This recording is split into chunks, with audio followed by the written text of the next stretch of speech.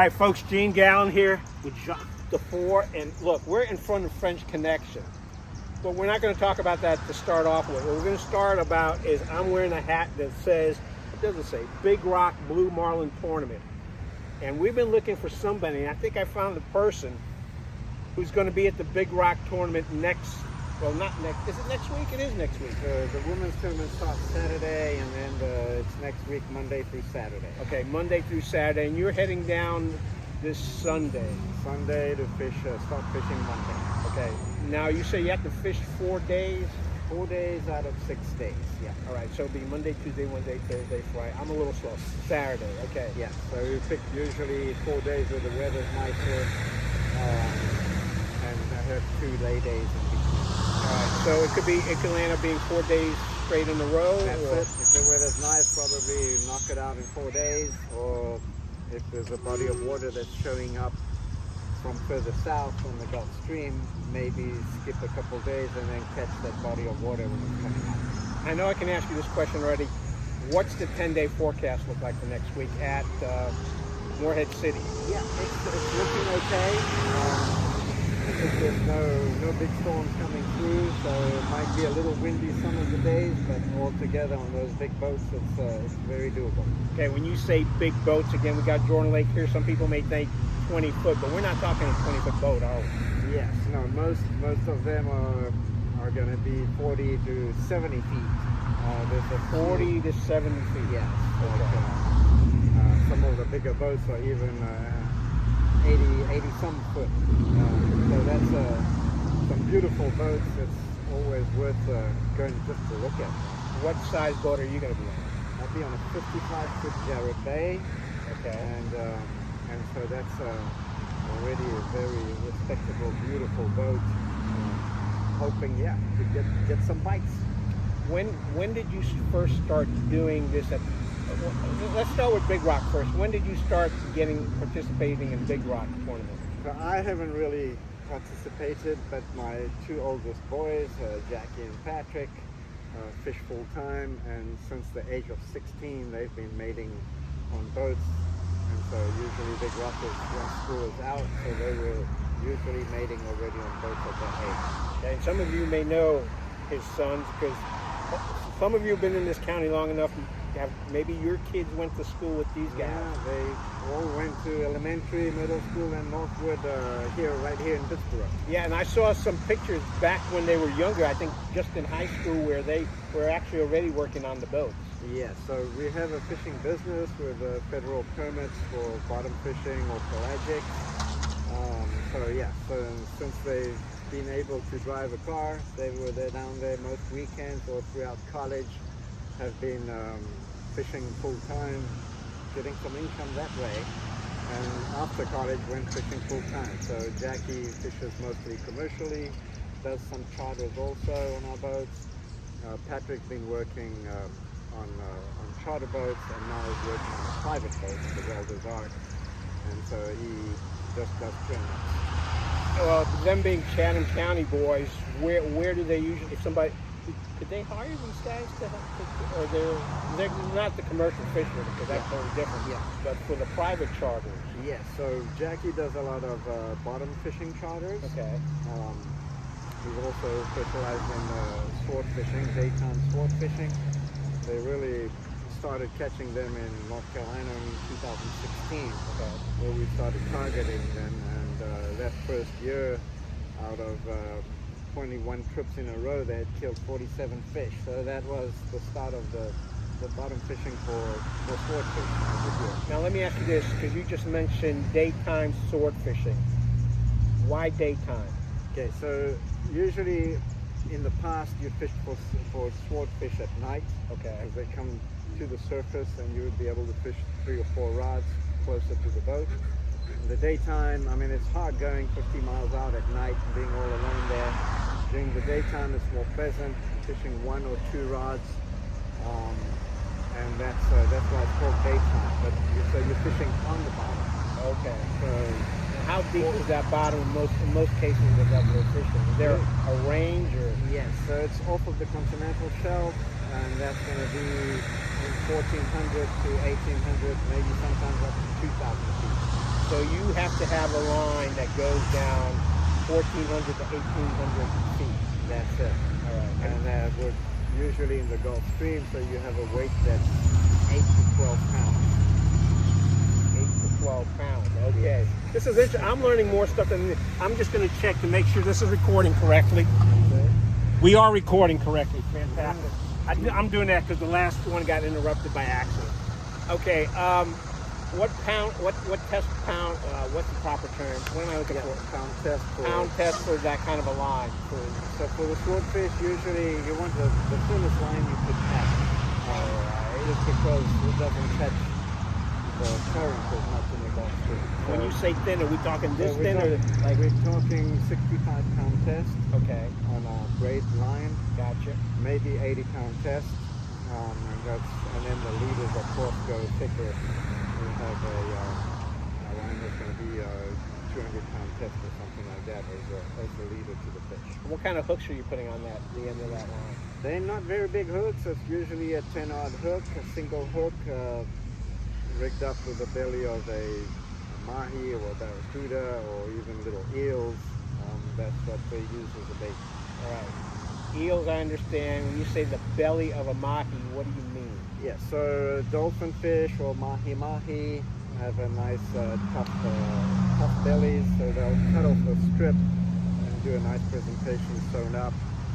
That will, same thing. This is going to be in current at 1,400 feet down. Right. You want it to be swimming properly, so it's got to be rigged properly. Same thing, we add 2 little lights that blink down there to attract. Got little lights on it? Is there any particular color that works better than other colors? No, white, green, or blue, or some that blink, blue, white, red. So yeah, it just depends what you want to put that bait. I know fishermen, and I have never, well, I've gone deep sea fishing, but never like that.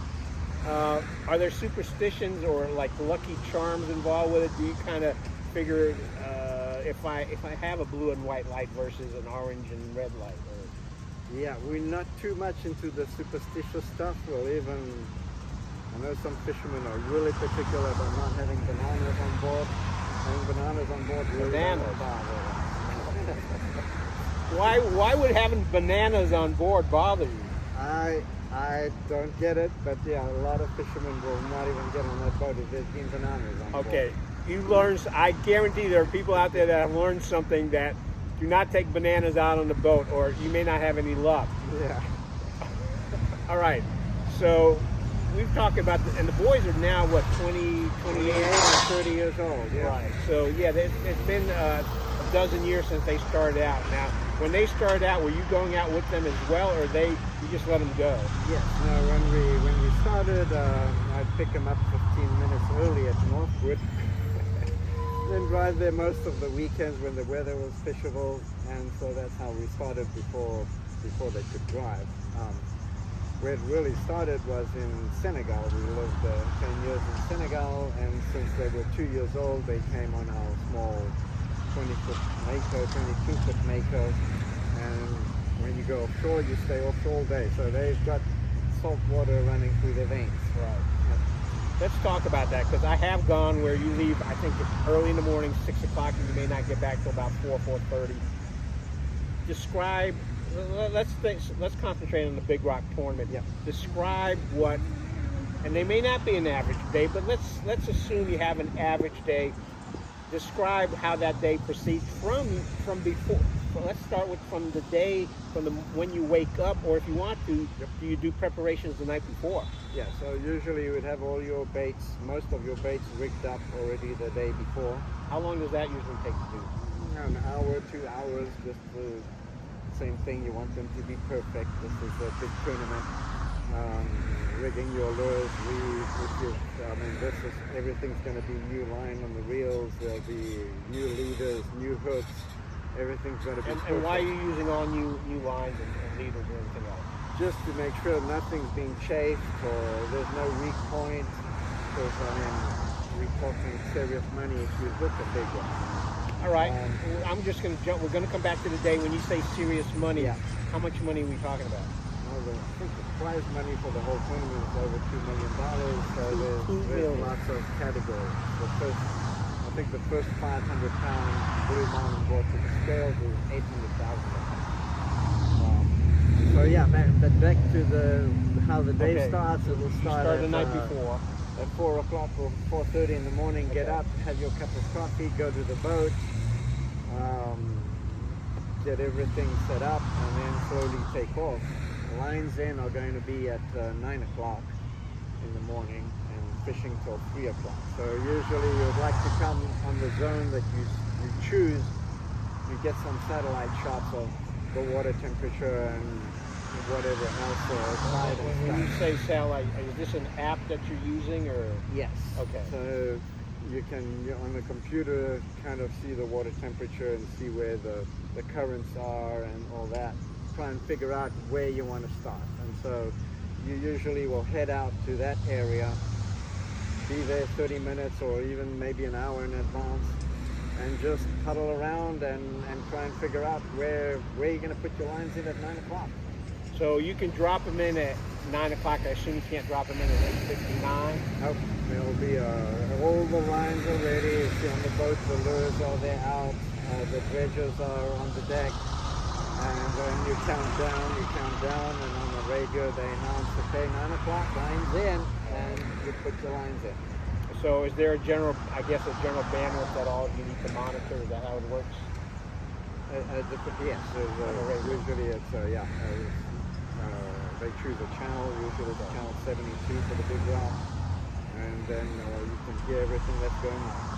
So if I'm on channel 72, I guess it's like on a NASCAR race, I can hear everybody. Is that an open channel, or is it specifically? No, it's open. Okay. Some boats are very far out, so you won't hear them, but at the headquarters they will hear it. Gotcha. Some boats go all the way the other side of the Gulf Stream, which is 110 miles from shore, so there's no reception back to headquarters, but there's often a boat might relay their message. All right. And when Now, I say messages, each time you hook up a fish, you have to announce it. okay. If you lose the fish, you announce it, and when you release the fish, you also announce it. All right. Let's talk about the releasing portion of it, because you just mentioned if I'm the first boat that comes back with a 500-pound marlin, I win X amount of dollars. So in that case, I would bring that fish back with me. Is that correct? That's correct. So if you estimate that fish, you're allowed to keep a fish that's 400 pounds plus, a certain amount of inches, 110 inches for blue marlin. And so if you estimate that it's over 400 pounds, you don't know how many fish will be killed in a tournament. So even if it's just a little over 400 pounds, you might get third place. So most people, if they guesstimate that it's a keeper over 400 pounds, the first days will take it. Okay. But once somebody hits that 500 pounds, So you get the 500 pounds on board. You're pretty confident that your fish is over 500 pounds.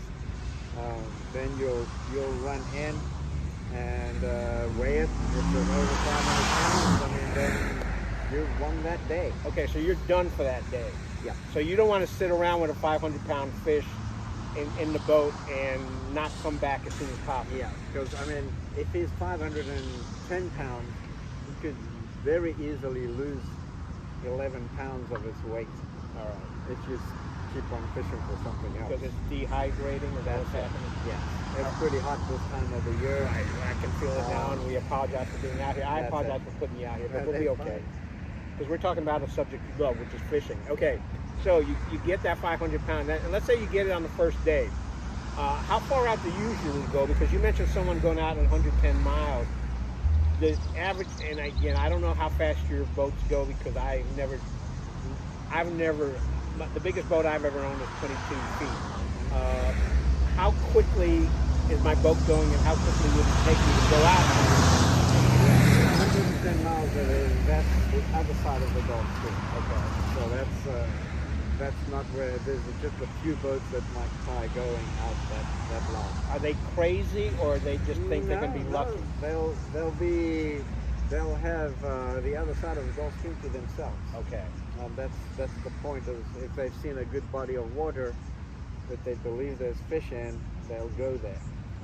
The others will be on this side of the Gulf Stream, or a little further than the continental shelf, 500 feet to 1,000 feet, let's say, and that's going to be, depending on which direction you're going from Moorhead, is going to be 45 to 60 miles. So the spot we don't need to know the exact spot because this is a lucky spot.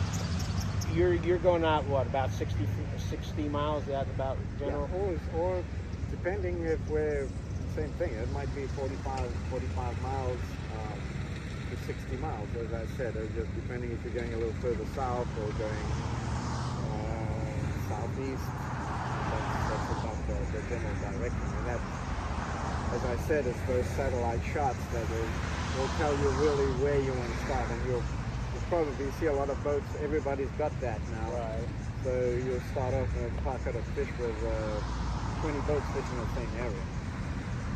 Without giving away any of your secrets, what are you looking, when you're looking at that mapping, and you said you're looking at temperature, what's the general range that you're looking at that you feel that you'll be the most successful in? And you can fudge the numbers a little bit. No, a little earlier, just a couple of weeks ago, water was going to be 76, 77 degrees. Now the water's going to be in the high 70s, maybe even hit 80 degrees. Okay. So that's getting warm for blue marlin. Usually the ideal temperature when they're doing that push of migration, and they're very often following baits, which are dolphin fish. When those bigger gaster dolphin fish are around, that's when you have the biggest push of blue marlin.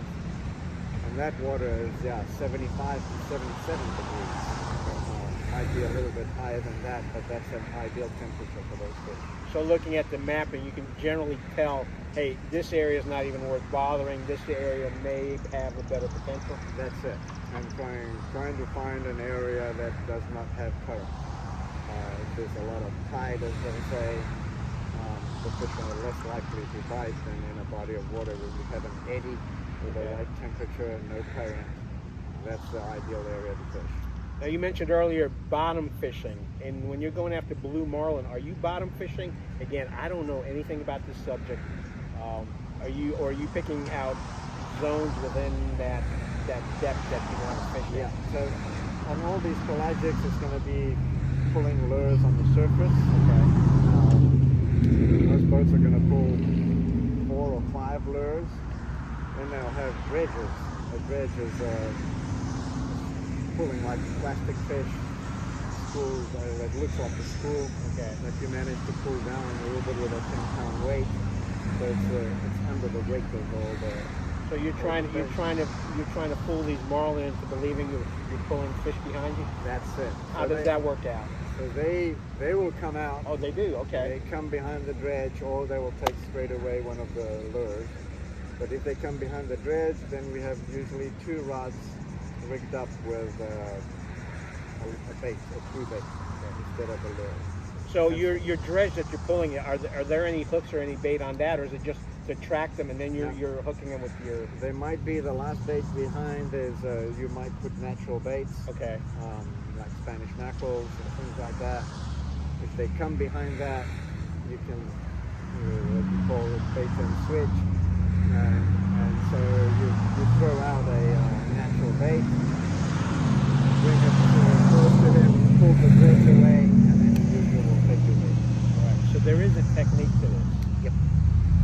When you first did this, were you successful, or what convinced you that, hey, this is a lot of fun and I want to continue doing it? So in Senegal, a lot younger. We were all a lot younger. My first fishing experiences for billfish was in a little P-rod that was probably 36 inches wide and 15 feet long. It was an 8 horsepower. It was a Senegalese. And so learning how they fish with hand lines over there. So with tunas it's easy to catch them, they just bite, but billfish often just come and play with the bait first. So you have to do a drop back, let him eat it, and then hook it. Okay. And so that was the learning curve. We were fishing with very heavy lines over there because we were hand lining. Over here we're fishing with much thinner lines, so it's much easier to fool the fish. But that was the first experiences in the late 80s in Senegal. Now, when you're hand lining, are you wearing gloves or are you doing barehanded? Yes, over there we didn't have gloves. The way they do over there, they have little denim things that they put on their fingers that their wives have sewn up. All right. And then you just. So is it full fingered or just around? Individual fingers, yeah, Okay. just the whole finger. Because I mean, these fast fish are very fast. So yeah, if you get caught or whatever, it'll burn you. Were you ever pulled in by one of those fish? I have not, but in those first pirogues, when they came to the boat, Right. we were sitting probably lower than we are now Okay. to the water, and these fish would be jumping well above our heads, All right. which could be dangerous. I would suspect, and I guess you can't tell them like you can't tell a dog don't jump because they're just going to jump. That's it. Um, But have had, yeah, definitely when you take a leader and there's a 500-600 pound fish, it doesn't take much if you've got it wrapped around your hand that it could pull you over with your screen. Now it sounds like in that situation you're not doing it for sport, or possibly for sport, but you're actually doing it for food. Is that correct? In Senegal, they mostly do it for food. Okay. Today, they're mostly doing it for sport, the bigger boats. Right. The Senegalese, if they go fishing, that's usually for food in those pirogues. All right, getting back to you're at Big Rock. We set out at 9 o'clock. You dropped your line as soon as they say you could do it. What happens for the first 9 o'clock to 12 o'clock? So you probably, if you go on their website, and they live stream all the announcers, within the first 5 minutes you'll have the first boats hooked up. Okay. Just because they started fishing in the right spot. Right. So then you, on your boat, you listen. If you haven't had any bites within 15, 20 minutes, you start questioning it. You start trying to figure out where these bites have been. You always try to believe where your fishing is good. But yeah, then you have to adapt. Sometimes you might pick your lines up an hour in if you haven't had a bite and run a few miles. Okay. Etiquette. If I find out that you caught a fish in this spot and I'm miles away, am I allowed to come closer to you? And if I'm allowed to come closer to you, how close can I get to you? There's no rules regarding that. So There aren't. No, so it's just... Doesn't that sometimes cause controversy? It does. What causes controversy is sometimes, as I said earlier, you might be 20 boats in a square mile or something like Right. that. And so these fish, when they bite, it's nothing for them to pull 400 or 500 yards of line out. Ooh, okay. So very often there's a boat that's closer. So that's, than wait, that. 400 yards, that's basically 4 lengths of the Northwood football field. That's it, in a few seconds. Wow. So, I mean, by the time you've brought the other reels out, so usually these bigger boats are going to back up on the fish. When you say back up, what do you mean? So the captain, once all the lines are in, the fisherman's in his chair, And he's buckled in. buckled in usually, Okay. just because it's heavy rods. Right. And so then the boat starts chasing the fish. Gotcha. Usually the less pressure you put on them, the more they stay on the surface, so you can gain quickly some line. And gaining 400 or 500 rods of line is much quicker when you're running towards the fish than just trying to bring him in. What's the longest period of time that you can let us know, what's the longest period of time once you hook a fish, between the time you hook the fish and actually get them onto the boat? Usually it takes anything from a big fish, 20 minutes to 2 hours. 2 hours. Yes. Okay. The last tournament where we had talked about, one boat hooked up at 5 minutes after 9 in the morning and brought it to the boat at 9 at night. So there was a 12-hour fight. I don't know exactly if the fish had died and was way down, and so then it's very hard to bring him up. Right. But yeah, if you're fishing lighter tackle, it all depends on what type of tackle you have. But you're always trying to put the maximum pressure on the fish with what kind of pound test you have. Okay. And same thing, chasing it, you get closer to the fish, And same thing in a center console, you'll be fighting it from the front of the boat, which is very often more efficient than backing up. Right, I think you might have sent me a picture, someone sent me a picture, or a little video clip where you've got water coming out onto the boat because of the fish being, I guess, so strong and so big. Well, it's just once you start going fast backwards, if you're running into the waves, I mean, they easily can wash over. So you slow down a little bit, still gain line, and keep going. Well, having no experience in this, when I saw that, I'm like, oh my gosh, this is like the original Jaws movie, and you're going to go under. But that was a good movie. Mm-hmm. All right, so you've moved around. One spot doesn't work out, you move to another spot. During a typical day, do you actually, let me just check, again, I just want to make sure we're recording. Yes, we are. Okay. And I have to move it because it had gone a little dormant because of the sunlight. So you're out for the day.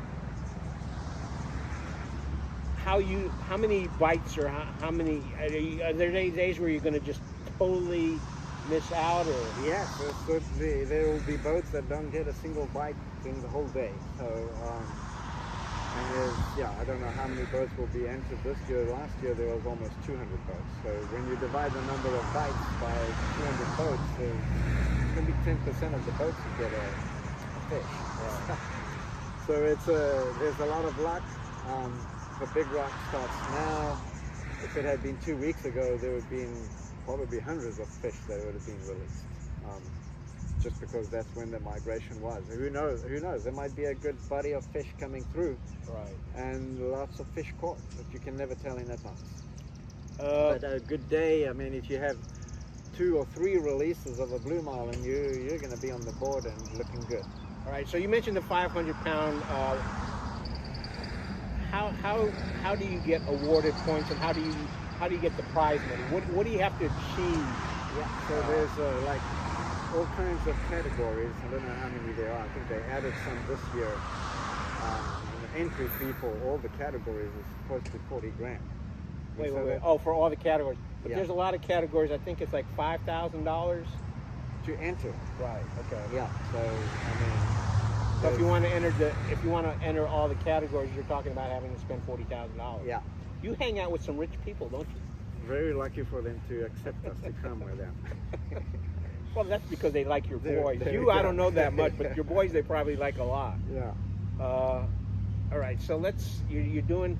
So are there prizes per day, or is there a prize so for the total? first release of a billfish in the day. There's then first, second, third places for different sizes of the fish caught that day. There's mahis, there's dolphin fish. Right. There's a wahoo category.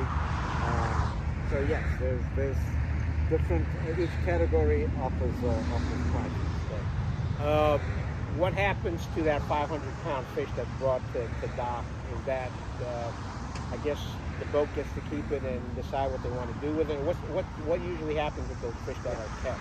Yeah, so it's going to be landed there, weighed. The boat has to give pictures of it and the video of it to see that everything was done correctly. And either same thing with the releases. So then if it's not being disqualified, then it's good to go. All the fish will be going to the tournament, which then usually there will be some scientists who take some samples just to see the age of the fish, to see eventually what he's been eating, and different things like that. And then the meat usually is donated to some good cause. Yeah, because I think the Big Rock tournament, actually a percentage of their revenue they give towards charities. Absolutely. Okay. Yep. Talking back to mahi, I enjoy eating mahi. It's one of my favorite foods. And I used to catch them back when they used to be called dolphins. Yep. But they changed the name because people got upset you're eating flipper. If you catch a mahi and it's not a prize-winning mahi, are you able to hold on to it and bring it home and cook it up? Absolutely. That's a fish usually will if it's a small one, but even if Right. it's a small one, it might be the biggest one that day. So, so that's there's usually a price for the first 3 fish. So it's worth weighing one if it's looking good. But, All right. So if you come back with the mahi, is there someone at the dock who, I guess you could clean it yourself, or someone would clean it for you? yeah, no, I mean for the tournament, the boats come in. They're going to weigh the fish. Don't know exactly on mahis if they keep the fish or not. But then, yeah, the boat comes and pulls out and leaves the space for the next boat to come in. All right. So if I'm heading back in, how long may that line land up being? If all the boats come at the same time, you may have 4 or 5 boats just waiting there. Probably each boat's going to stay 10, 15 minutes and then pull back out. Going back to catching your marlin, and you got the person buckled in. If it's 20 minutes, I guess the same person's sitting there. What happens if it's a 2-hour pull? Do you switch out, or that person who's sitting in that seat has to be there the entire while? Yeah. So IGFA rules are usually just one angler. Okay. The big rock there's not such a rule, so you can alternate fishing. Fish lady. Right, and actually, one of the reasons I loved my wife was the fact that she could have made her own hook when we went fishing for sunfish. So yeah, that I like that. Plus, I know your wife's a sportswoman too. Yeah. So we're both lucky. Here we go. We married beyond our pay grade. All right, let's say you go out there Monday, Tuesday, Wednesday, Thursday. You fish, but you got 2 days, and the weather's been really good. What do you do for the Friday? What do you do during that Friday and Saturday? Sit on the dock and drink some beer. Yeah, plus there are a bunch of restaurants around. Absolutely, there's lots to do in Moorhead. But there's, very often if you've caught a big fish and then there's still people fishing, you're kind of stressed out, wondering if another fish is going to come in. Like, I don't know, 2 or 3 years ago, on the last day, a big 900-pound took the lead. Oh, okay. Same thing in the different tournaments up the coast in Maryland or in New Jersey. There's also was someone caught a nice big fish, and then suddenly they caught, and we thought the tournament was over. Right. And someone came in the last day with a big one. So it sounds like even if you finish early and you got a nice big catch, there's no guarantee. Not till it winds out. Let me ask you this. I'm looking at the gas price over at the Citgo. It's $4.69, and it looks like diesel's $5.79. How have gas prices affected offshore fishing? Yeah, I guess it definitely has. The boys commercial fish, so that $1 extra on 80 gallons or 100 gallons a day makes a big difference. Right. Right now at these big boats, take diesel there is $6.12 or 20 cents a gallon. It's more if you have it delivered to your dock. Right. So yeah, it's definitely on these big boats that burn 300 to 400 gallons, might be 600 gallons if you go the other side of the Gulf Stream. That's quite interesting. But when you're Michael Jordan, you don't need to count too much. All right, let's speak about Michael Jordan, because before we started recording this, you mentioned that number, I think they're called the number 23. Yeah. If you don't know what it is, Google it. So how big is his boat? And you said how much was it worth? And I think it's a 72-foot Viking and cost approximately $20 million. $20 million. All right. Yeah. So what kind of? Well, let me ask you this: is there a rule about the crew or how many people you can have on a boat, or? So what happens often on these boats? You have it could be like a charter that charters the boat for the big rod. Right. So actually, it could be one of those charter boats that is usually docked during. That's it. Okay. And so it's a 6-pack, and so you have usually 6 fishermen. Okay. You'll have the captain, you'll have a first mate, and for the big rock, you have usually a second mate. Just because for a big fish, you're going to have someone on the leader and one person with a gap. Okay. When you go out, and you mentioned you need a leader and gap. When you get that fish caught, at what point is that fish most likely to get off of the hook?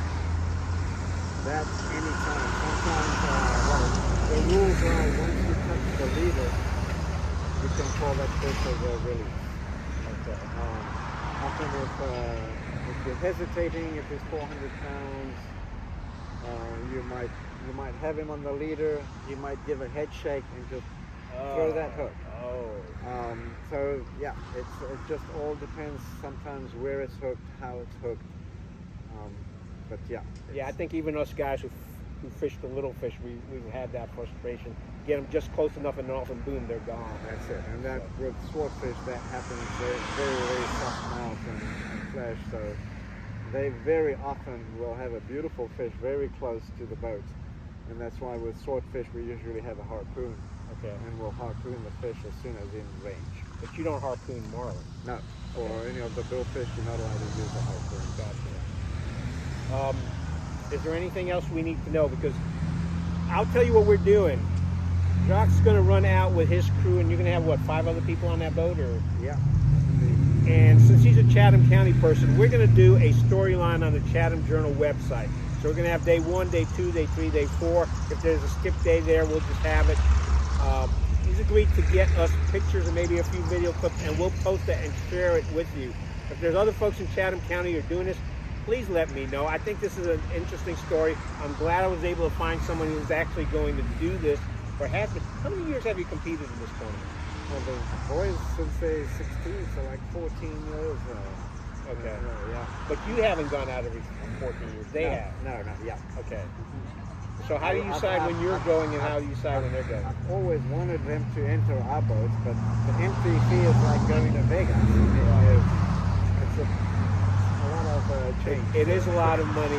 You can go to their website and you can see how much money it costs. But then again, actually, let me ask you this. I went out deep sea fishing last year, and I ran into, it was one of the bigger, Captain Stacy out of Atlantic Beach. And there were a bunch of people there from Virginia and Georgia, and a little bit higher up. There was nobody from Florida. There was someone from the Washington, D.C. area. And they said one of the reasons they like to come to North Carolina, and the person from Georgia was actually from the coast, is that North Carolina has some great offshore fishing. True, yes. And Captain Stacy, they would have been mostly bottom fishing. Right, yes. So, yes, it's we really have a wonderful coast here for bottom fishing. The one reason is maybe because it's a very windy coast. Okay. And so there hasn't been the same pressure as there is in Florida or other places. But yes, no, there's definitely a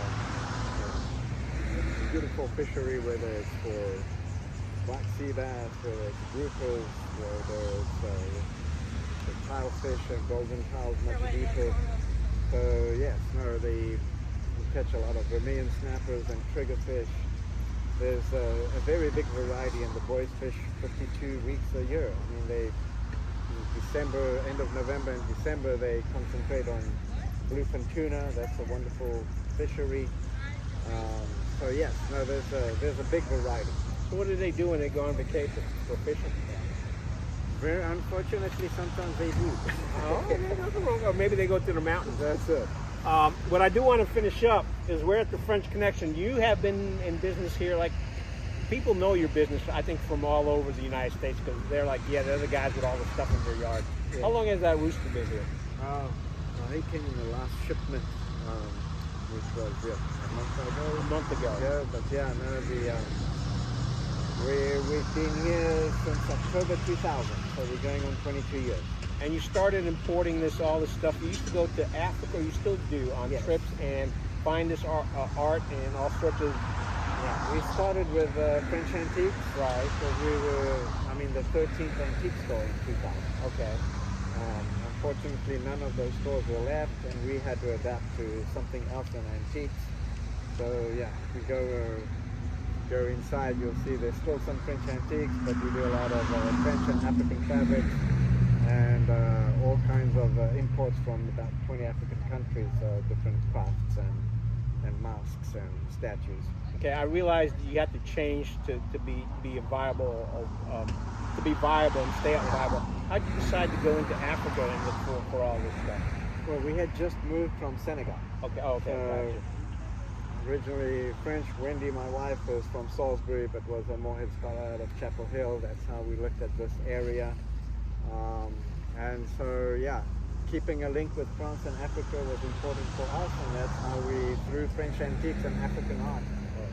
So that's it. I think we're going to wrap up, but I'm going to ask you one question, and you don't have to answer. This is the last question. How did you and Wendy meet? Well, she had graduated from Chapel Hill. All right. Got a Rotary scholarship to Cape Town in South Africa for marine biology. I was studying in Paris at the time and had to do an internship abroad.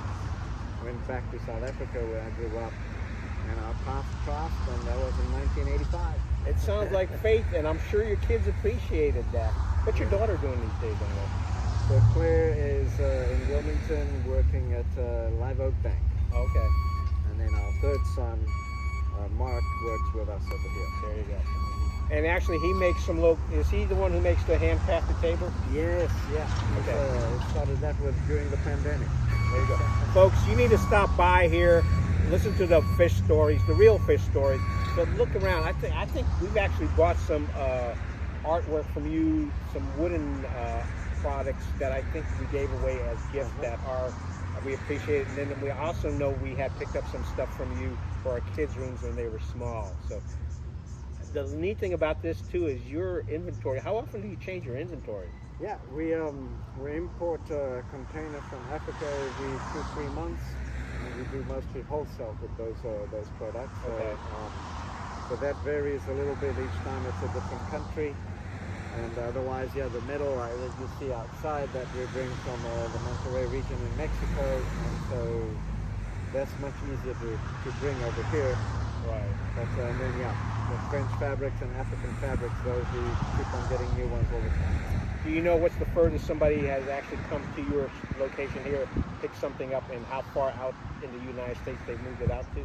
We ship to every state. Oh, do you? Okay. With our website for the fabric. We've had people from New Zealand. We've had people from Australia. So that's about as far as you can get from here. Yes, it is. But on the internet you can be in Little Pittsburgh, and people will find you wherever. And you know what? Pittsburgh's not a bad town to be. I mean, we both had our kids grow up here, and I think they've all turned out pretty well. No, Chatham's been good to us. And we've really loved the Pittsburgh. Halfway to the mountains, halfway to the beach. That's absolutely right. Folks, we're going to wrap it up here. Jacques, thank you very much. Again, French Connection, French-NC.com. There's a number 545-9296. Give them a buzz, stop on by, and next week we're going to start a daily diary.